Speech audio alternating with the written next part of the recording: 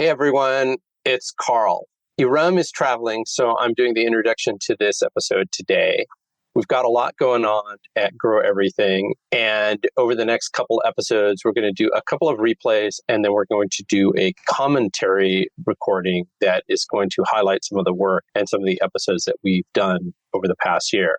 I think we mentioned it earlier, but we're pretty amazed that we've made it to a year of episodes, and we've got some really exciting guests that are going to come on in the new year.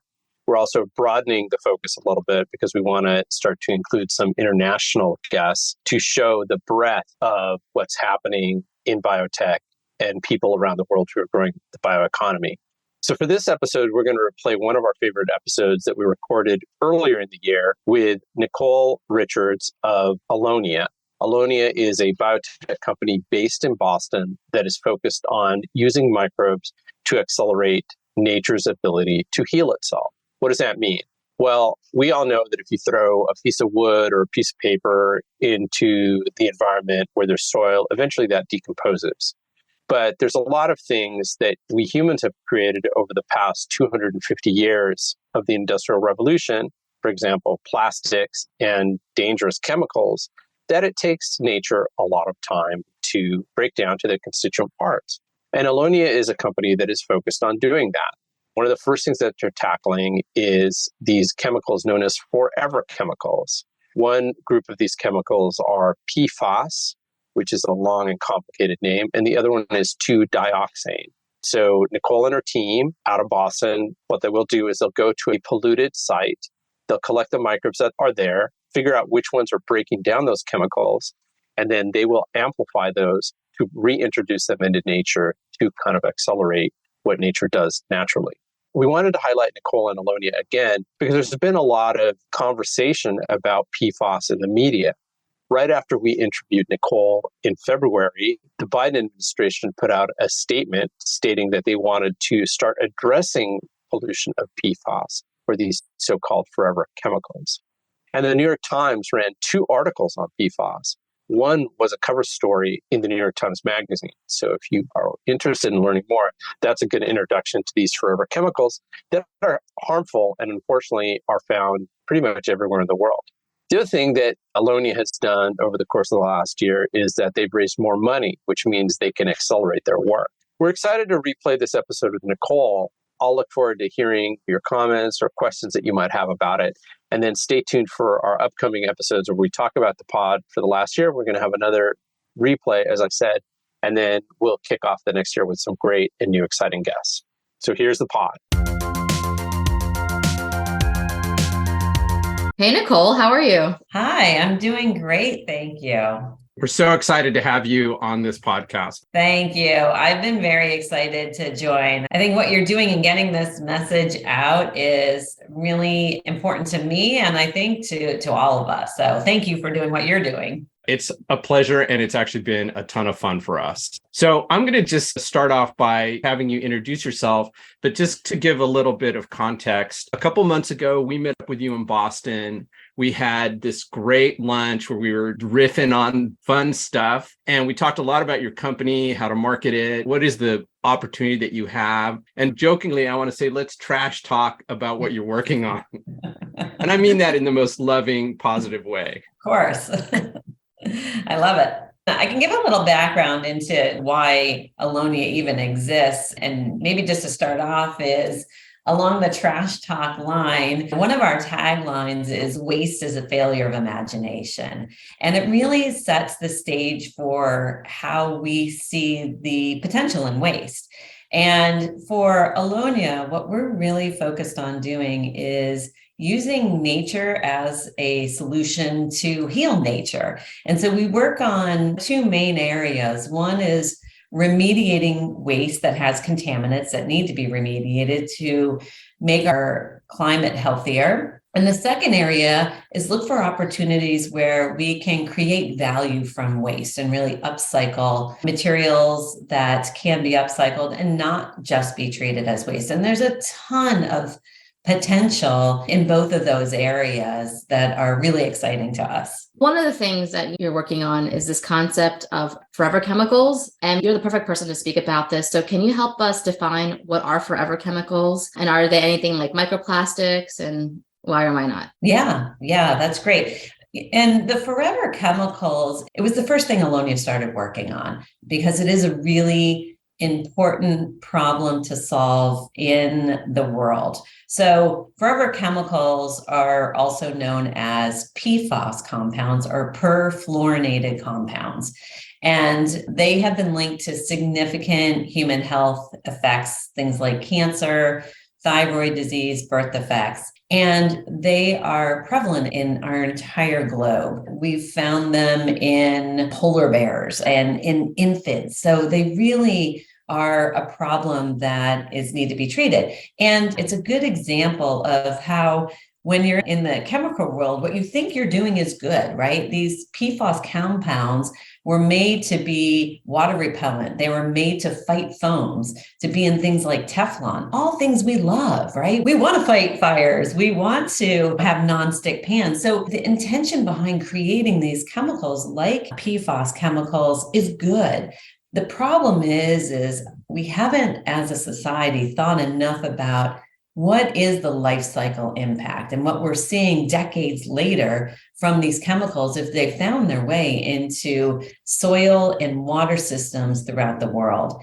And so states and the EPA are now starting to regulate the levels of PFAS down to very small levels, down to parts per trillion of what's acceptable in soil and water. And so when you think about parts per trillion, these states are regulating them down to single-digit cleanups. So just to put that into perspective, one drop in an Olympic-sized swimming pool is 70 T. So we're trying to remove these chemicals to very low levels. The amount of PFAS that has deemed to be tolerable is these very small amounts now. So the states, especially in the US, are really regulating cleanup down to those levels. But that makes it very difficult for existing treatment systems, which is also why it makes it perfect when you think about treating that with biology. And we believe that this is really the most ideal way to treat contaminants like this. That sounds very extreme. Part of it, the history that you're talking about with these chemicals sounds like as many human-made problems, it's like a kind of unintended consequence of these chemicals that give us a lot of benefits. The unintended consequences, they're not healthy for us. But what has been the way that people have cleaned these up? Had they even been cleaned up until now? That's a great question. And it is something that we as a society, I think, really need to think more about and actually get more involved in. And so a lot of times, unless there is a federal regulation, at least speaking of this from the US perspective, or a state regulation, these don't get cleaned up. And so then you think about what does it take to get the federal government to regulate something like this? It's advocacy groups, it's learning more information about what the human health issues are. And it's also learning more. Oftentimes it's the chemical companies themselves that are learning more about these that will bring forward some information. But generally, we do not clean up contaminants unless they are regulated. And so a lot of times it starts with that, and then the treatments can begin. Because unfortunately, you think about where our tax dollars go, they go to municipalities and cleaning up, and nobody wants to pay more. So the municipalities are on a budget. So you can see the cause and effect of what this whole environment looks like. You mentioned none of this is regulated, and you mentioned there are effects on human health, I'm sure, on the environment, on biodiversity. Can you share what are some of those outcomes of these chemicals being in our environment? Where Allonnia tends to focus is on what's called emerging contaminants. And we focus on that because that's where we don't have solutions today. When you think about even just the terminology of emerging contaminants, they're still learning what all these human health impacts are. Another one that we're working on is 1,4-dioxane. It's been deemed by the EPA to be a likely human carcinogen. And that is a tie for a lot of these contaminants that we're working on. It's how they bioaccumulate in the body and what the impact really is. And a lot of it we're still learning. You just mentioned it, that the PFAS are so ubiquitous that they even found them in polar bears. But I feel like there was a story about something. Every time I see a PFAS story, I send it up to you because I was like, look, here it is again. I know. I would imagine that there's places that are way more polluted than others. What's an example of a place that it would make sense for Allonnia to go in and help clean it up, number one? And then number two, how do you do it? Yeah, a perfect example for the PFAS contaminant one is they are found in high concentrations in airports. And so why they're found near airports is because you use firefighting foams. And it's not that a lot of plants are catching on fire, but they do a lot of drills. And so you have high concentrations because PFAS is in high concentration in those firefighting foams. So we're working in that area a lot in a lot of government-owned sites that have these high concentrations. So that's one area that we focus. And the other area for PFAS, for 1,4-dioxane that I mentioned, and a third contaminant group that we're working on called naphthenic acids. The other high concentration is probably obvious, but it's around the chemical sites that are producing these chemicals. And so naphthenic acids are found where they're producing oil sands up in Canada. So you find naphthenic acids there. You find 1,4-dioxane near the manufacturing site. So that's a more obvious location that you would think of that you can find these. And so our approach just really at a high level is, and I loved learning this because as a chemical engineer, we're not taught this in school, but nature heals itself. If you leave a contaminant sit in the ground long enough, nature will evolve and degrade that contaminant. It's amazing. Like, it is literally amazing. Now, that can take hundreds, it can take thousands of years.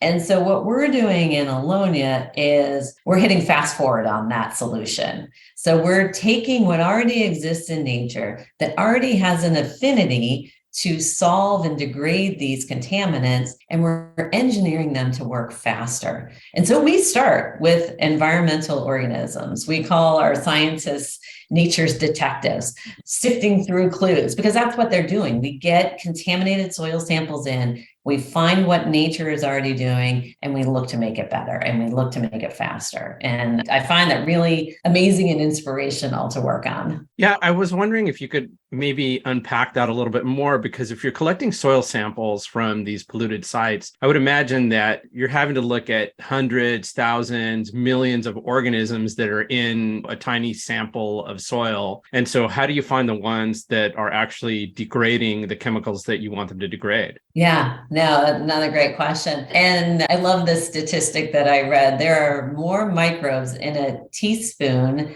than there are people in the world. So like that gives you an idea of how much sifting you need to do. And so to your question, what we'll oftentimes do is we'll take those samples and we'll do different levels of isolation of those. And then we will introduce them into an environment that has a lot of that contaminant that we're trying to degrade. The early part of this work is pretty manual, that you're really looking to find ways to isolate the organisms, grow them on the contaminant, and find which ones thrive and survive in that environment or have activity in that environment. And so that's where we start. And we narrow that down into hundreds, and then we narrow that down into tens to find the best one. And then we start coming up with an engineering plan, because all of that gets you to what has the affinity to do the functionality that you need, and approximately what is the efficiency of that, and what efficiency do we need to be at in order for this solution to be impactful. How long does that process take? When we start a project like that, the first phase of it that I talked about is months. So think 3 to 6 months before we have that ending point, which is best starting point, level of efficacy, and identification of what needs to be done from there. So you go to a site, you get some contaminated samples, you figure out what microbes thrive on that contaminant. Then you grow those up in some quantity so that you can take them back to the site and clean up the site, or take them to another polluted site that has the same chemical problem. What happens to those microbes once the contaminant is gone? I'll back up a little bit from your question too. So there's a point in there of once we identify what natural organism is working, that could be the end. In fact, we're working on this 1,4-dioxane problem. We just ran our first trial with that, with a natural organism that completely degrades 1,4-dioxane, and it does it in a very fast period of time. It's a natural organism, and that could be the end solution. So when you think about what happens to that when you introduce a natural organism into the ground that has an affinity for degrading the 1,4-dioxane, but might not be, and likely is not native, otherwise you wouldn't have the contaminant to begin with. And the amount we're adding is pretty inconsequential to what's already there in the natural environment. So those organisms oftentimes will grow and they'll continue to feed on that contaminant. And if the contaminant is not there, they'll go through that natural life cycle of an organism and they'll die and become biomass, or they'll continue to grow. That's the normal cycle of an organism anyway. We're just introducing a new one into the environment. But another key part of what we do is, let's say that natural organism isn't good enough. It's degrading PFAS at 3%, and we need it to degrade PFAS at 100% or defluorinate. That's really what we're trying to do with PFAS, is take the fluorine off of that carbon chain. And it's just not good enough. And that is the case in PFAS.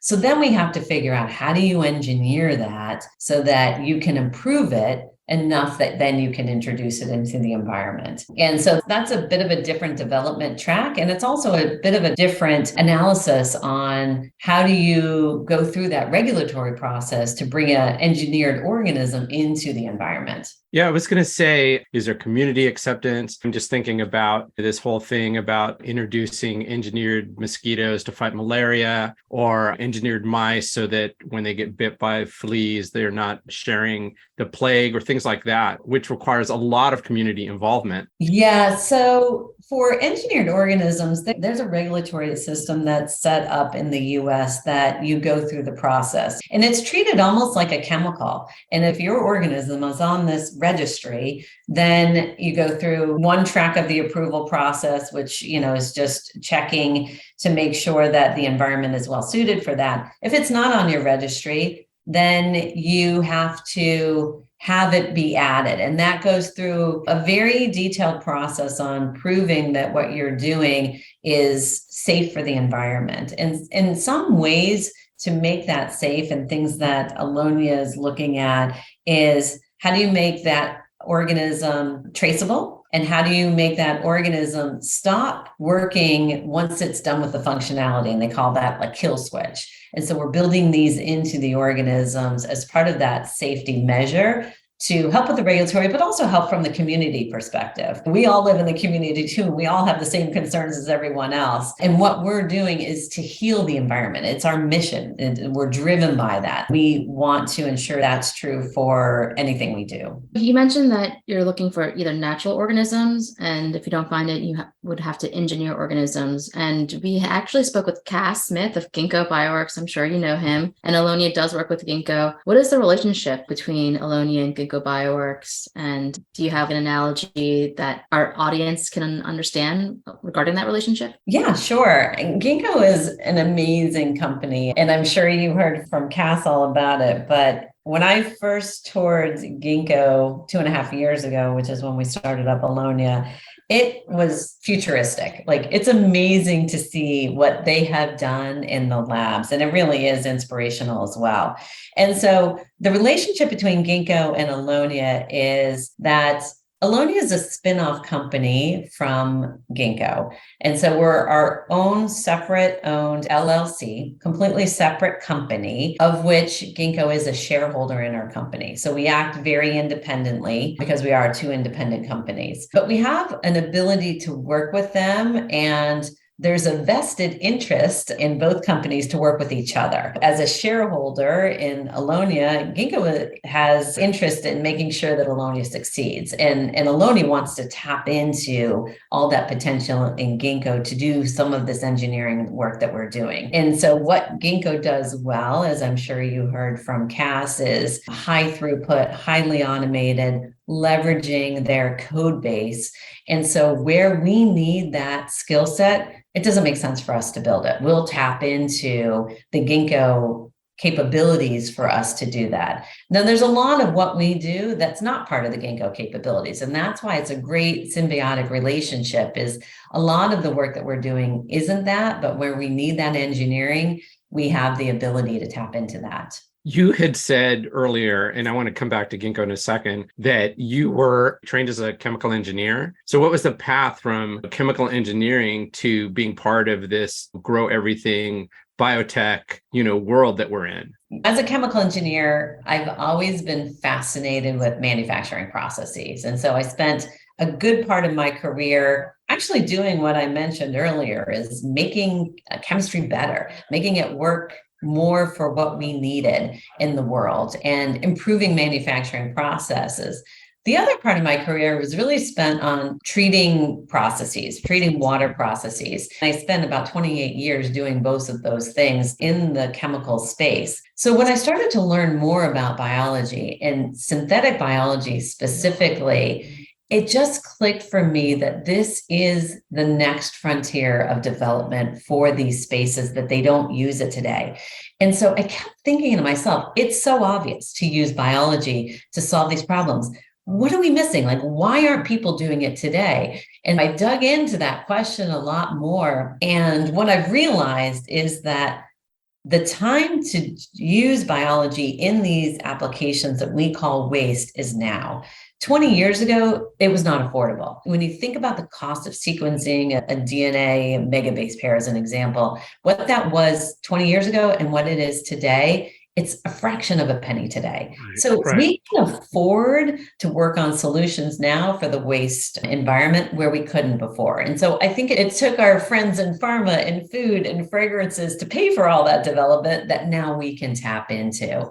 And so we've got the luxury that the time is right to do this.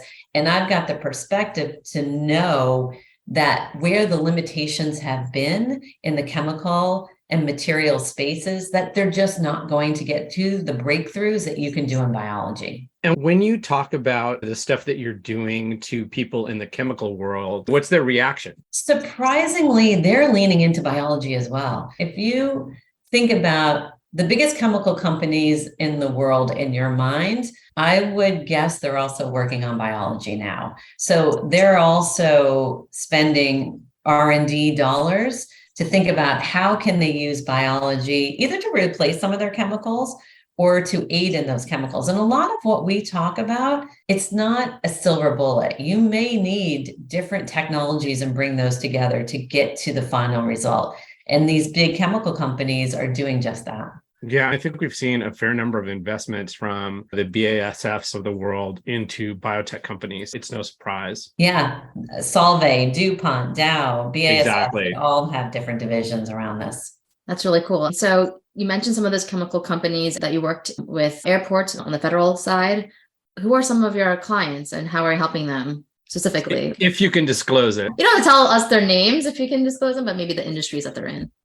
Sure. So we're working in three main areas. We talked a lot about the industrial contaminant space, but we're also working in the mining space and in the plastic space. And in mining, it's really about how do you valorize the waste is one area that we're working with them, and how do you improve the environmental footprint? And so we're working with a lot of the major mining companies right now. One that I can disclose because it has been published is we're working in a consortium called MMAP, and there's two mining companies in there, Rio Tinto and Teck. And we're all working in this consortium specifically to create the world's largest mining biome database. And the recognition is that our solutions for mining exist in the environment. And so specifically Teck and Rio are investing a lot in sending samples from their sites into this so we can understand the microbiome of those sites and really find the solutions. So that's another area that we're working on. And then the plastics is an area that we're looking into, which is degrading things like mattresses, which is a big waste challenge that we have. And the other is nylon. And so when we look at those three areas, there's different customers that we're working on. And so a lot of times it could be the liability holder. And in the case of contaminants, the government owns a lot of these sites that we're talking about, and they are really great partners invested in finding solutions for their contaminated sites. It could be the mining companies themselves that we're working with, and we're working with several. And then on the plastic side, it's the polymer producers. What we're doing is breaking down these plastics into monomers that can be reused as raw materials. And so the polymer producers are the ones that are interested to have the sustainable raw material be brought back into their process. That is really interesting because we did speak with, you must know, Polybion. They take fruit waste and make that into leather. And I was thinking, have you thought of creating a full cycle? Because you're putting the microbes in the ground, they're creating ultimately a different chemical. Are you using that chemical? Are you mining for that chemical? And I know there are other companies that are doing that, where they're introducing microbes for mining. But it's great that you're doing that. And if you could share a little bit more about that, and maybe even what you can imagine for the future. Yeah, and I think this really taps into that waste is a failure of imagination quote, is that the two areas that we look at to upcycle waste is in the metal side and it's in the plastic side. I'll just talk a little bit about the metal side. So there are a lot of waste streams, and some of them are coming out of mining, some of them are other waste streams that contain metals. And so one of them that we're working on is to extract rare earths from these mine waste sites. It's waste. It's a liability for these mining companies because they have to treat the waste and they have to keep it on their balance sheet for hundreds of years. So they want to find a better way to treat their waste. And if they can create value from that waste, that's a win-win. And so that's perfect for Allonnia because we've got a customer that's really vested in that solution and we're cleaning the environment. And so you can extract rare earths from these waste streams by finding organisms that have the affinity to bind and collect these rare earths and then remove them from those waste streams. So it's another example. And then you've got rare earths that are domesticated because 90 to 95% of them right now come from China. So it's an area of national interest. We have them in the waste streams. We have them in our e-waste streams. So finding ways to upcycle them is really important and possible with biology. This idea of waste as a resource, waste as a failure of the imagination, it's something that I feel like is very new. Probably like the circular economy people, for them, it's not anything new. But I think that in the general consciousness, this idea that waste could be a resource is something that is relatively new. And it's something that's of interest to us just because we live in New York City, you live in Boston, we live in these big urban environments that are producing tens of tons of garbage and waste every day. And so what happens to it? Typically, it gets put into a landfill. Maybe some of the organic stuff is used to produce fertilizer, but so much of it is just wasted, and it is a resource. And I think you're touching on something that I'm really passionate about this is what I love what you're doing too, is that I want people to start thinking about what happens to their waste, what happens to the recycle, how do we create less? How do we reuse more? And if we have to waste, what happens to that? And let's care about that. And I'm learning with everyone else. Every day, I'm trying to learn more about what's happening in these areas and where are the big problems. And I think part of our society, myself included, is convenience, right? So I can buy a mattress in a box and have it shipped to my kid that's in college, and that's easier. Or I can rent and put it on the top of my car and drive it up. Well, what's easier might not be what's better. And so I'm trying to challenge myself to think, what is the impact I have and what could I do differently? And I'd like all of us to think about that a little bit more, because I think once we learn more, then we behave differently. And I am so impressed, especially with our younger generation, that seems to care more about this topic than any of the generations collectively before them. So we've got a lot of people that are interested in working at Allonnia, that are interested in what we're doing and really passionate about it. And I find that very inspiring and motivating. Yeah, one of the things that I think for me, and I'm sure, a lot of young people that might have seen WALL-E, I feel like that movie WALL-E, we'll put it in the show notes if you haven't seen it before, but it moved me. I was like, oh my gosh, this is the future. There's landfills everywhere. And we just develop technology so much that we just go out of space and live in outer space and just gain weight and just consume. And just that's so sad. So I felt just a lot of the things that are in the mainstream have helped people think about this differently if they're watching it, of course. Part of this podcast too is to help people understand what are some of the solutions that are out there, but how can they think about what's going on in their everyday lives. I agree. Like this thing about the younger generation, it really amazes me because I have a friend whose daughter, she will not buy any new clothes.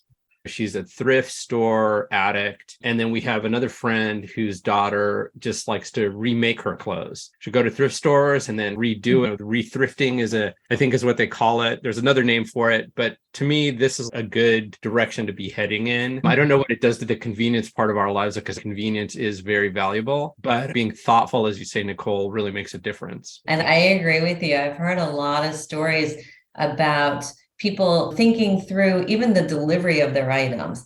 Should they walk to the grocery store and maybe pay a little bit more, or should they have something shipped? And if they do, thinking of the entire footprint, like I just find that just amazing that we've got a generation that is leaning into that. The shoe industry, it's some crazy number. I'm going to get it wrong, but they produce enough shoes to shod, if that's the word, give every person on the planet 4 pairs of shoes every year. And that's just not sustainable, that kind of growth. So I think it's like there is a mindset shift that has to happen around consumption and convenience. But there's plenty of work for Allonnia to be doing in terms of, hey, there's all these places that are polluted that need to be cleaned up. And then what are the other places where we can turn waste into a resource for something new? Absolutely. We've had 250 years since the start of the Industrial Revolution. So we have 250 years of stuff to clean up. And so really what we want is 2 approaches. Let's stop creating waste and let's upcycle the materials and the chemicals where we can. And let's clean up the environment from our past sins.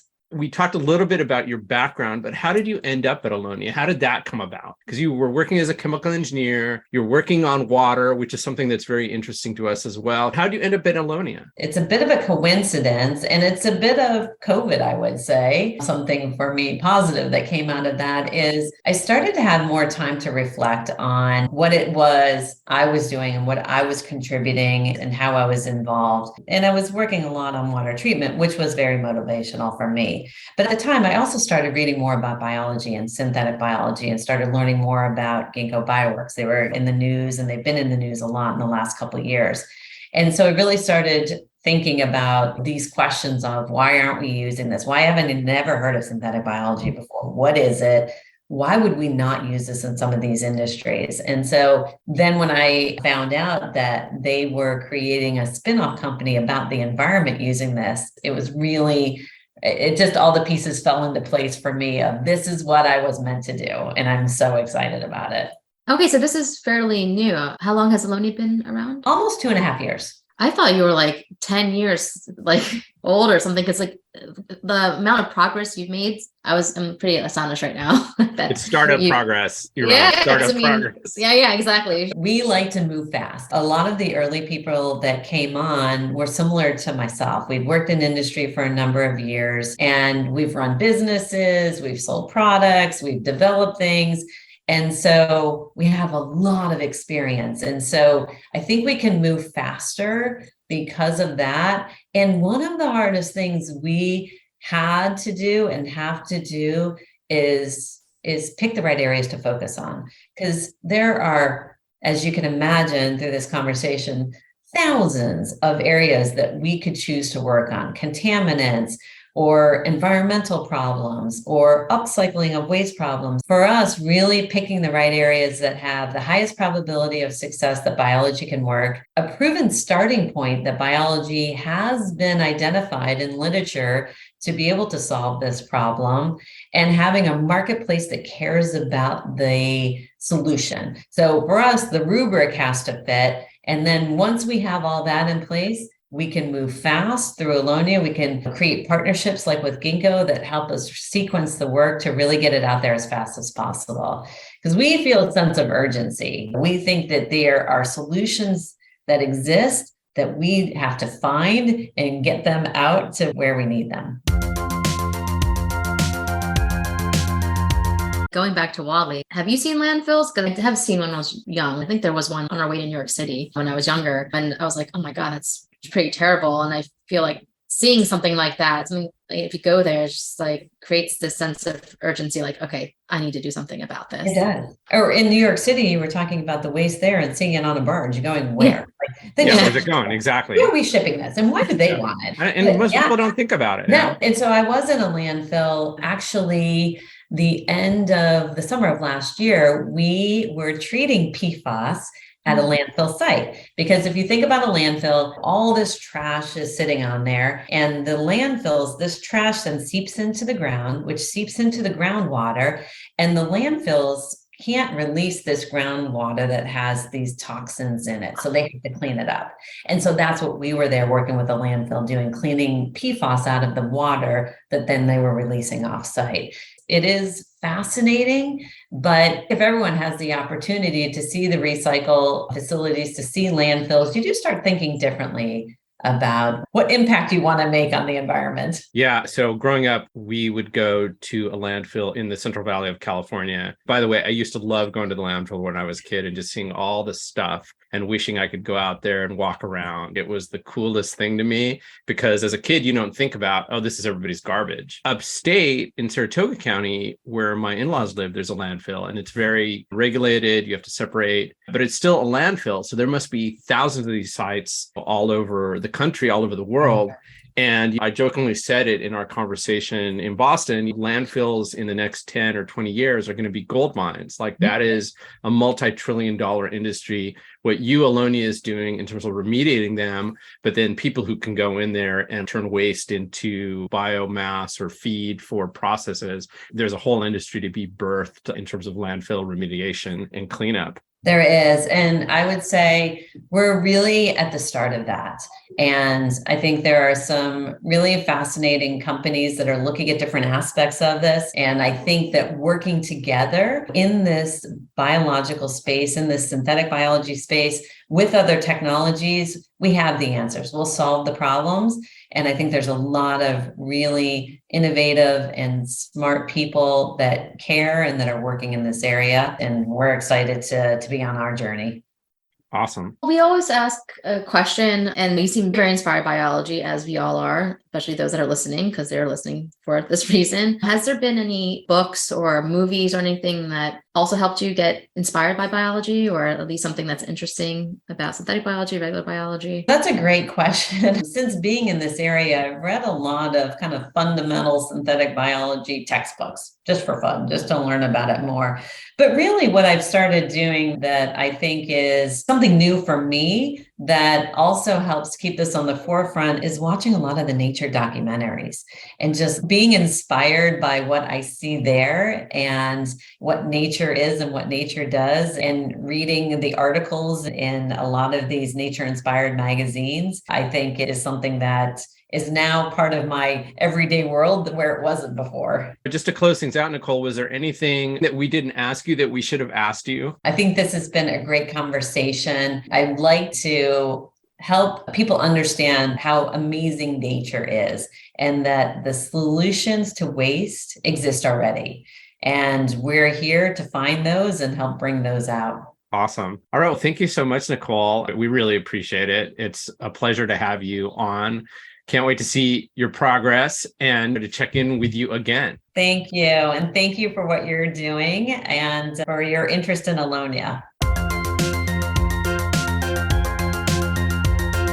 So what do you think of that interview, Erum? It was amazing. Nicole is someone that I could just be friends with, which I hope we are friends, I guess now. Is that what happens after we interview someone on a podcast? But besides that, we had that lunch with her, and just really taking a smart approach, because when you create a platform technology, there's a lot of different avenues you can go. And that ends up becoming a problem for a lot of companies where they make a foundational technology that can solve a lot of problems, and they end up going for too much, end up not succeeding. But Nicole's taking a very phased approach. As we heard in the interview, she could create a product to solve the challenges of landfills. Right now, she's just focusing on getting PFAS out of the ground, which is very admirable. She saw the market for it and she's going for it. You hit the nail on the head where you say it's like a bit of a more holistic solution, because while they are focused on these forever chemicals, she also touched on the fact that they're working on rare earth mining, which is something we're very interested in, or at least I am. And then landfill remediation, I think I probably mentioned on the pod, I think is going to be a multi-trillion-dollar industry. And so there's a lot of applications of the work that Allonnia is doing. You had something that you mentioned to me before the interview where you said something like, now you didn't use the word holistic, you said probiotic. So I'm curious, what did you mean by that? When we talk to a lot of companies, and especially those that are working on microbes and culturing microbes, they talk about creating a whole microbiome and ecosystem. And when we think about microbiomes, we automatically think of our gut microbiome, at least I do. You need a whole ecosystem to work together in order to digest food in the case of our bodies and extract nutrients. And that's what probiotics do for our bodies. They're there to help our guts. And what does that look like for the soil? And what Nicole talked about was engineering organism to take toxic chemicals out of the ground. She talked about this before during our lunch, not in this podcast, but what about creating a probiotic for the ground, not only to take the toxins out, but to nourish the ground and be able to grow more things in that. Yeah, I think it's interesting because I didn't know this. A teaspoon of soil contains as many microbes as there are people on Earth. But what happens in a lot of big, huge farms, they spray the hell out of the soil and basically kill the microbiome that exists in the soil. And so then that has to be rebuilt. And so this idea of having a probiotic for soil is actually really interesting. And it speaks to this idea of regenerative farming. And if you go on YouTube and you look for regenerative farms, the contrast between farms that are done regeneratively, meaning they're taking care of their soil, they're caring for the soil, versus those that are just spraying the hell out of it is really incredible. Like the people who are doing regenerative farming, they will plant different kinds of crops. They'll rotate out different kinds of crops as opposed to just monoculture, which really allows for the destruction of the soil and the environment. And the soil is really important. I think we talked about a documentary that we watched on this. I'll just mention that this is something that is of a lot of interest to a lot of people. And my son, Tomas, who is a freshman at Cornell, just recently joined a sustainable development team on a club that's focused on soil. I don't know what he's doing. It's called Soil Factory. I'm very excited for him. Soil health is a big topic of interest. I'm sure people are thinking like manure is a probiotic for the ground. I don't know the science behind what actual microorganisms from manure interact, like how the whole pathway is mapped out for manure to nourish the ground. But what we're really talking about is engineering organisms to have a higher performance and better yields and better outcomes. What does that look like?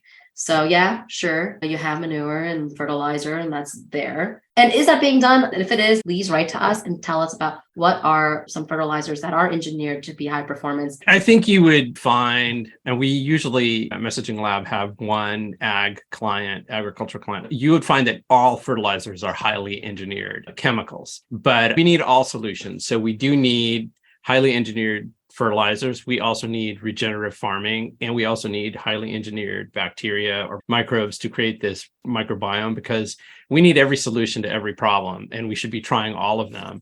So I think there's a lot of work to be done, is the bottom line. But yeah, we want to hear from anybody who can talk to us about highly engineered fertilizers and how they work. Another thing that I think we should just touch on and that we should include in the show notes is the fact that there was this humongous earthquake in Turkey. I don't know what the number is. I think the last number of deaths I saw was 33,000. Really, oh my God, my heart's just breaking right now. Yeah, it's crazy. We will put a link to where you can donate to the emergency that they're having in Turkey. And then just to close things out, I think we should just mention our friends at 2048 VC. Julie Wolf is a good friend of ours. We haven't had her on the pod yet, but we've known Julie for many years, and 2048 just announced a pitch competition and their venture studio focus on biotechnology. So if you're a startup, you have a good idea and you're looking for a place where you can get some funding and get some good mentoring, 2048 could be a good place for you. It's 2048.vc/bio.